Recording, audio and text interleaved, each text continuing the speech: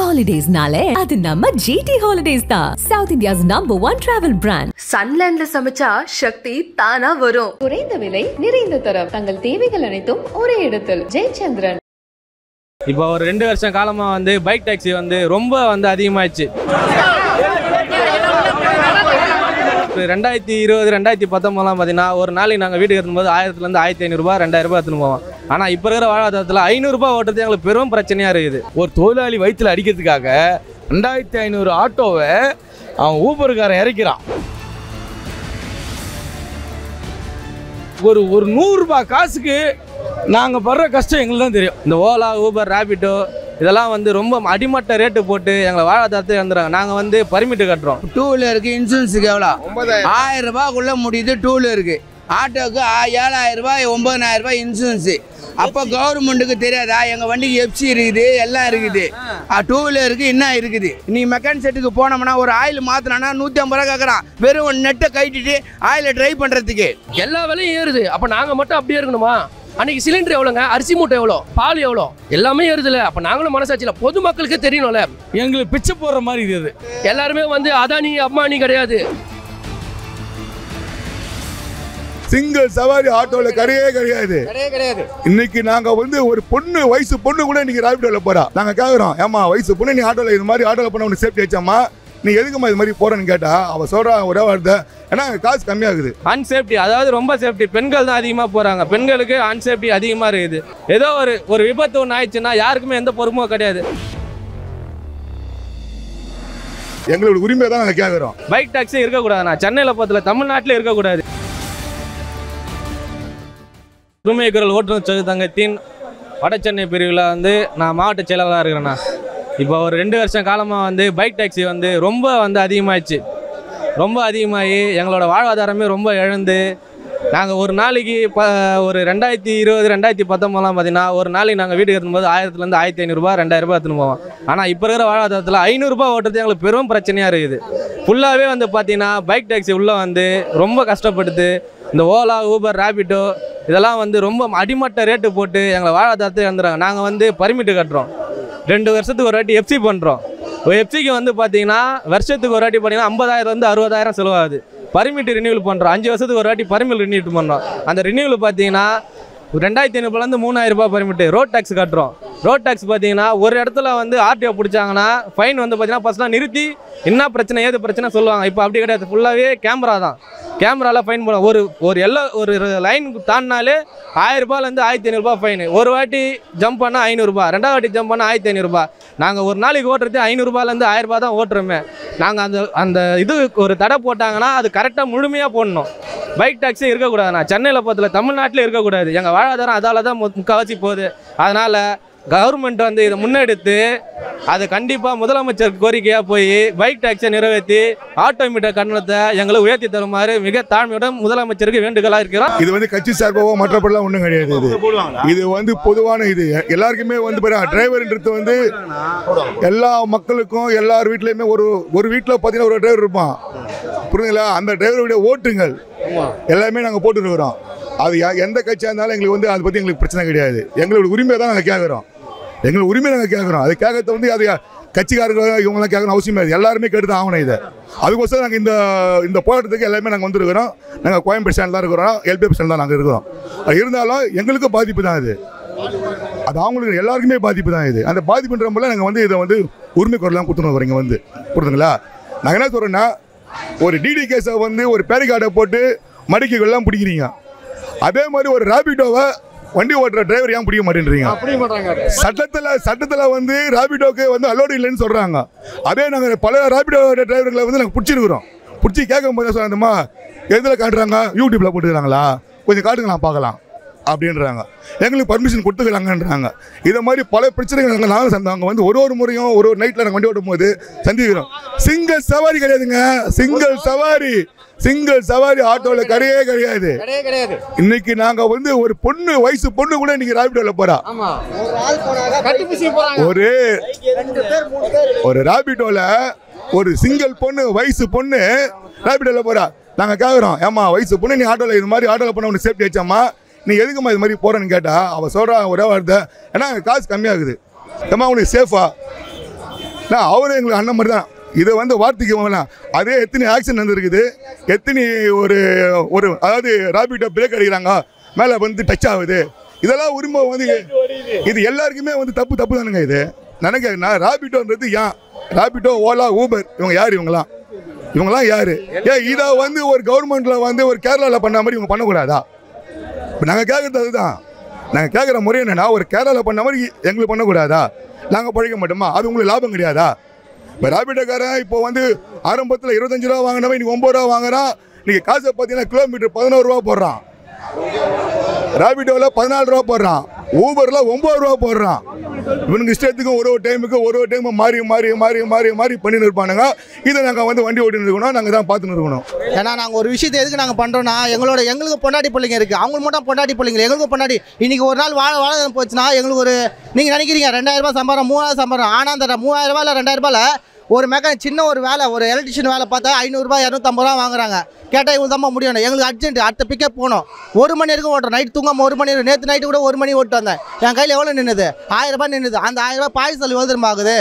ஒரு வேளை பால் வாங்கணும், பிஸ்கட் வாங்கணும், வாடகை காட்டணும், ஸ்கூல் ஃபீஸ் கட்டணும். ஸ்கூல் ஃபீஸை கவர்மெண்ட்டில் பார்த்து தான் ஓகே விட்டுருங்க. இந்த மாதிரி விஷயம் பண்ணும் போது நாங்கள் எப்படிங்க முன்னேற முடியும்? பைக் டாக்ஸி அசால்ட்டாக நாங்கள் இங்கே ஏற்றினுக்கிறோம், அங்கே டாக்ஸி வச்சுன்னு போயினே இருக்கிறாங்க. அவங்கள அடிக்குது. ஏன் சொல்லுங்கள்? அவங்க சந்தர்ப்பத்தில் போயிடுறாங்க, ஒருத்தர் எடுத்துன்னு போயிடுறாங்க. அந்த ஒருத்தர் தான் எங்களுக்கு காசுங்க. அந்த ஒருத்தர் தான் எங்களுக்கு காசு. 600 வண்டி வாங்கி அவங்களே இது பண்ணியிருக்காங்க. ராபிட்டோ ஒரு 600 வண்டி வாங்கி அவங்களே ஓனாக ஓட்டுறாங்க. அதுமாரி ஓட்டும் போது எங்களுக்கு வந்து ராபிட்டோவோ, ஓலாவோ, ஊபரோ எதுவுமே அடிக்க மாட்டேங்குது. அதனால தான் பைக் டாக்ஸிக்கு போயிடுது. அப்போ நாங்கள் என்ன தான் பண்ணுறதுன்னு எங்களுக்கே தெரியல. அது மட்டும் இல்லை தோழர், அது மட்டும் தோழர் இல்லை. இன்றைக்கி ஆட்டோவோட இன்சூரன்ஸ் விலை எவ்வளோ? ஆட்டோ 2 வீலருக்கு இன்சூரன்ஸுக்கு எவ்வளோ? 1000 ரூபாய்க்குள்ளே முடியுது 2 வீலருக்கு. ஆட்டோவுக்கு 7000 ரூபாய் 9000 ரூபாய் இன்சூரன்ஸு. அப்போ கவர்மெண்ட்டுக்கு தெரியாதா? எங்கள் வண்டிக்கு எஃப்சி இருக்குது, எல்லாம் இருக்குது.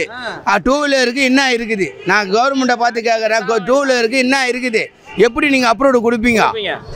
எப்படி கொடுப்பீங்க அப்ரூவ்டு? அப்போ கவர்மெண்ட்டு தூங்குதா?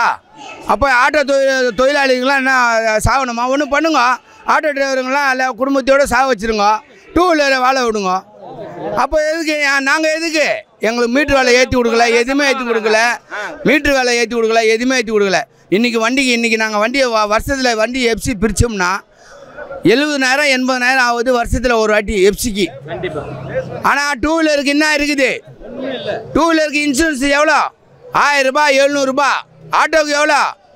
9000 ரூபா 10000 ரூபாய் insurance, FC, tinker, painting, mechanic, top, இதெல்லாம் போக எல்லாம் பண்ணி முடிச்சு புரோக்கர்கிட்ட போயிட்டு அதுக்கப்புறம் ஆர்டிஓ கிட்ட போனோம். எவ்வளோ செலவு இருக்குது? 2 வீலருக்கு என்ன செலவு இருக்குது? அப்போ கவர்மெண்ட்டை தயவுசெய்து சொல்கிறேன், எங்கள் வாழ்வாதாரத்தை கொஞ்சம் பாருங்க, திரும்பி பாருங்க. ஆட்டோக்காரன்னு 1000 ரூபா சம்பாதிக்கிறோம், 2000 சம்பாதிக்கிறோம் கிடையாது. இன்றைக்கி மெக்கானிக் செட்டுக்கு போனோம்னா ஒரு ஆயில் மாற்றினா 150 ரூபா கேட்குறான், வெறும் நெட்டை கட்டிட்டு ஆயிலை ட்ரை பண்ணுறதுக்கு. அப்போ எங்கள் வாழ்வாதாரம் எங்கள் பிள்ளை குட்டிங்களாம் நான் கவர்மெண்ட் கார்பரேஷன் தான் படிக்கணுமா? அவங்கெல்லாம் ப்ரைவேட்டில் படிக்கணும். கவர்மெண்ட்டை திருப்பி பாருங்கள். எந்த கவர்மெண்ட் வந்தாலும் தயவுசெய்து எங்கள் வாழ்வாதாரத்தை பார்த்து எங்கள் ஆட்டோ தொழில் சங்கத்து மூலிமா நாங்கள் சொல்லிக்கிறேன், எங்களை வாழ வைங்க. இல்லையா நாங்கள் வாழ்கிறதும் வாழாததும் உங்கள் கையில் தான் இருக்குது. அதை நீங்கள் செய்யுங்க. இல்லை நீங்களே கவர்மெண்ட் எங்களை அழிச்சிருங்க. எங்கள் டிரைவருங்களை வாழ வைங்க. எங்கள் குடும்பத்தை, எங்களுக்கும் குடும்பம் இருக்குது, பிள்ளைங்க இருக்குது, எங்களுக்கு எந்த வருமானம் இல்லை. இன்றைக்கி ஒரு வாடகை வீட்டில் கரண்ட் பில்லு 8 ரூபா யூனிட்டு, வாடகை 9000 ரூபா 10000 ரூபா, வீட்டு வாடகையும் கட்டிட்டு, வண்டி டியூவும் கட்டிக்கிட்டு, இன்சூரன்ஸும் கட்டிட்டு, எஃப்சியும் பண்ணிவிட்டு நாங்கள் இவ்வளோ வாழணும். எங்கள் பிள்ளைங்கள படிக்க வைக்கணும். எங்கே படிக்க வைக்கிறது? கவர்மெண்ட் ஸ்கூலில் படிக்க வைக்கணும். ஏன் எங்களுக்கு ஆசை இருக்காதா ப்ரைவேட்டில் படிக்க வைக்கணும்னு? அப்போ நாங்கன்னா ஒதுக்கப்பட்ட மக்களா? எங்கள் டிரைவருங்களாம் ஒதுக்கப்பட்ட மக்களா?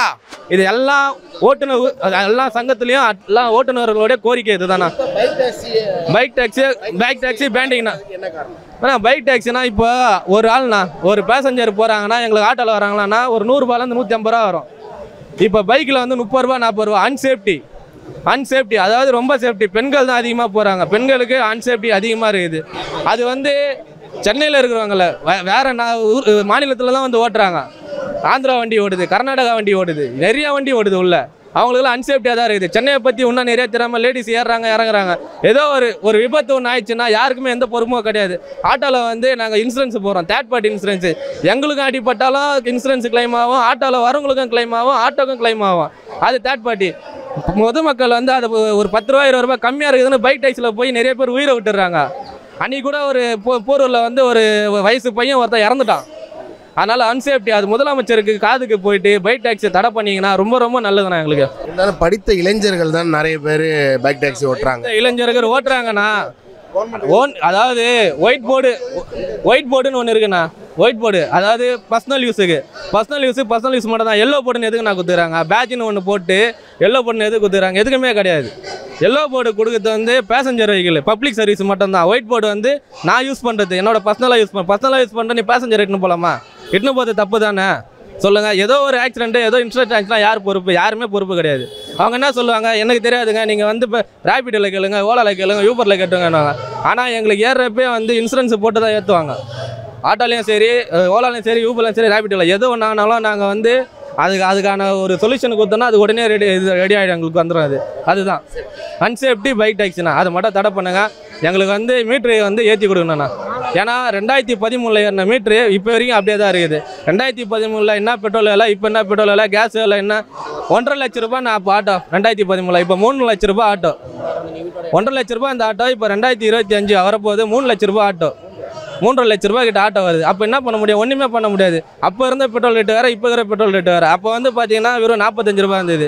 இப்போ 110 ரூபா இருக்குது. கேஸ் விலை 35 ரூபா இருந்தது. இப்போ 96 ரூபாயிலேருந்து 86 ரூபா வரைக்கும் கேஸ் ரேட்டு இருக்குது.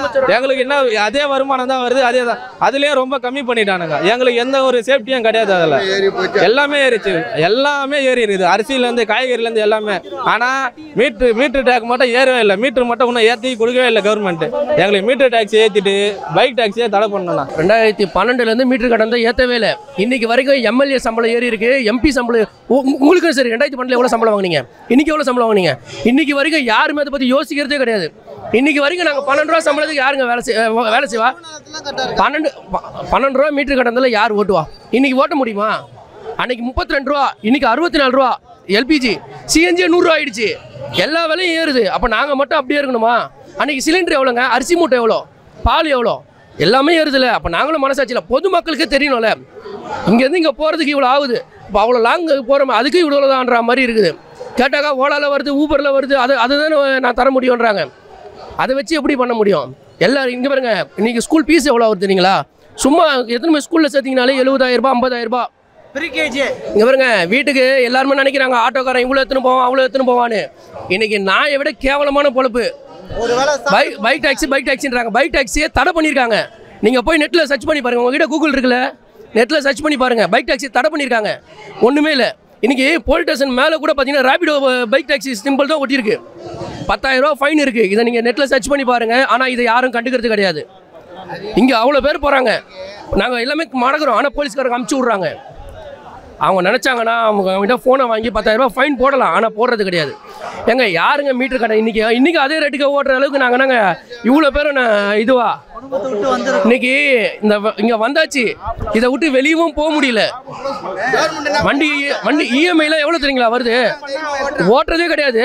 500 ரூபா ஃபைன் 1000 ரூபா ஃபைனுக்குலாம் எங்கே போகிறது? அண்ணே ஒன்றும் இல்லைண்ணே, ஒரு யூட்டர்ன் தெரியாமல் யூட்டர்ன் பண்ணிட்டோன்னு வச்சுக்கோங்க. ஒன்றும் இல்லை, ஃபோட்டோ இப்படி பிடிச்சிட்டு போயினே இருக்கிறாங்க. அவங்க ஃபோட்டோவை பார்த்தா மெசேஜ் வருது. அந்த மெசேஜை வாங்கும்போது அப்படியே என்னடா இது, நம்ம 500 ரூபா கூட ஓட்டலையே, ஒரே நேரத்தில் 500 ரூபா. அதுதான் ரொம்ப கஷ்டமா இருக்கு. எல்லா நிறைய ஸ்டேட்ல வந்து பைக் டாக்ஸியை தடை பண்ணியிருக்காங்க. ஆனால் இங்கே வந்து எதுவுமே தடை பண்ணல. என்ன தடை பண்ணாங்க? 12லேருந்து இதே 12 ரூபா கட்டணத்துக்கு ஓட்டுறாங்களே, அவங்களுக்கு எப்படி இன்னைக்கு மெக்கானிக் கிட்ட போனால் எவ்வளோ ஆகுது? எல்லாத்தையும் யோசிக்கணும்ல. அதை யோசிச்சு கொஞ்சம் ஏற்றி கொடுத்தா ரொம்ப நல்லா இருக்கும். எல்லாருமே வந்து அதுக்கு தான் இன்னைக்கு பொழப்பை விட்டுட்டு வந்திருக்காங்க. எல்லாருமே வந்து அதானி அம்மானி கிடையாது. ஒரு நாள் பொழப்புக்கு கூட உண்மையாலுமே சொல்கிறேன், என் பொண்டாட்டிலாம் திட்டினாங்க, எதுக்கு நீ போகிறேன்னு. இருந்தாலும் நாங்கள் வந்திருக்கோம். இது மாதிரி எத்தனை பேர் இருக்காங்க. அதனால வந்து இதுக்கு எதனா ஒரு நல்ல தீர்வு தரணும். அதுக்கு தான் இவ்வளோ பேர் இருக்கிறாங்க பாருங்கள். இந்த கோரிக்கை தான் நாங்கள் இப்போயும் நான் சொல்கிறேன்னா, எங்கள் சட்டமன்றத்திலேயே இருக்கட்டும், தமிழக அரசுக்கிட்ட நாங்கள் சொல்கிற ஒரே ஒரு கோரிக்கை, நாங்கள் எல்பிஎஃப் தான் நாங்கள் இருக்கிறோம். இருந்தாலும் இதை வெள்ள ஒட்டுமொத்தமாக வந்து அனைத்து டேருக்கோசம் நாங்கள் வந்து உரிமை கொண்டாடுறோம். நாங்கள் வந்து புரியுதுங்களா? இதை மாதிரிலாம் வந்து கம்பல்சரி இந்த ராபிடோ ஓலா ஊபர் கால் டாக்ஸிலேருந்து அவன் ஓட்டுற ஒரு இதுமே சரி எங்களுக்கு இருக்கக்கூடாது. இது தமிழக அரசு ஏற்று பண்ணணும்னு நாங்கள் ஆசைப்படுறோம். இல்லை அப்படின்னா கம்பல்சரி 2026 ஓட்டு கன்ஃபார்மாக யாரும் போடவே மாட்டோம். கம்பல்சரி போட மாட்டோம். இது நிச்சயமா நடக்கும். இது நடக்கும். ஹாலிடேஸ்னாலே அது நம்ம ஜிடி ஹாலிடேஸ் தான். South India's number 1 travel brand. சன்லேண்ட்ல சமைச்சா சக்தி தானா வரும். குறைந்த விலை நிறைந்த தரம் தங்கள் தேவைகள் அனைத்தும் ஒரே இடத்தில். ஜெயச்சந்திரன்.